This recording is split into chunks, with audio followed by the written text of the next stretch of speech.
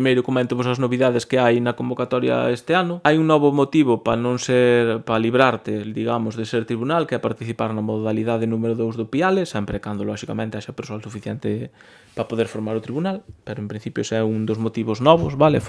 Pedir participar nun PIALE modalidade 2. Despois, as datas do proceso selectivo, as oposicións van ser do 20 de xuño e van finalizar, isto sí que non ven na orde, pero podo dicir xa, van finalizar o 19 de xullo. Despois, lóxicamente, relacionado co que xa falamos do acordo de interinos, vai desaparecer o apartado de obriga de participación da convocatoria das opos. Niso non teñades dúbidas, non vostedes, insisto outra vez, nin que matricular, nin que pagar as taxas.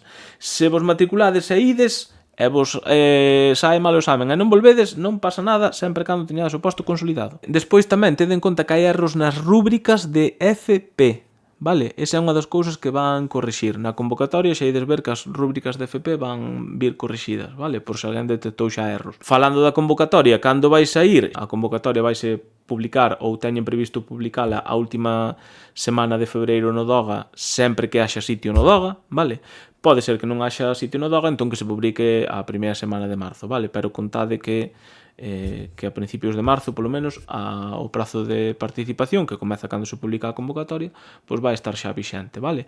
E que saibades tamén, pois, opositores que sodes novos e novas, estades véndome por primeira vez a min nun directo falando sobre oposicións, que todos os anos, nesta mesma canle, o primeiro día de prazo, no que vos nunca vos recomendo que fagades a inscripción o primeiro día, vale, o primeiro día fago a eu, entón ese día, a noite fai un tutorial, pois, aquí tamén nesta canle, explicándovos pois como se inscribe nas oposicións para que vos vaya todo ben na inscripción. Unha novidade, ademais, bastante importante deste ano é hai persoas que teñen dereito a non ser incluídos como tribunal, a non ir de tribunal, vale? Falvos, por exemplo, de directores ou directoras, falvos de xente que foi ás oposicións desde o ano 21 que se podría librar, falvos de xente como a min, liberados sindicais, que non imos ás opos, vale? Entón, este ano, por primeira vez, o que van facer é a todo este tipo de persoas que non podemos ir ás opos, vale? Vanos dar a posibilidade de renunciar antes a participar no sorteo, vale?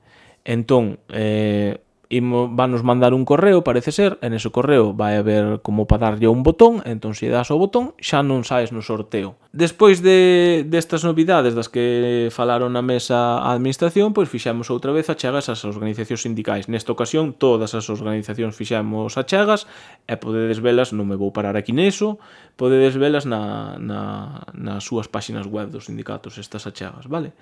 A resposta da administración foi outra vez que non van facer ningún cambio no procedemento da oposición nin no baremo, a pesar de todas as demandas das organizacións sindicais, e que si revisarían o que lles comentamos concretamente a CIGA sobre os módulos de FP sobre os que non se poden facer as programacións, porque hai módulos sobre os que non se pode programar en FP, que aparecen na convocatoria, entón van a revisar para incluir algún máis dos que non se podería programar tampouco, vale? E despois tamén van revisar se o profesorado de inglés podería facer a programación sobre o módulo de inglés profesional.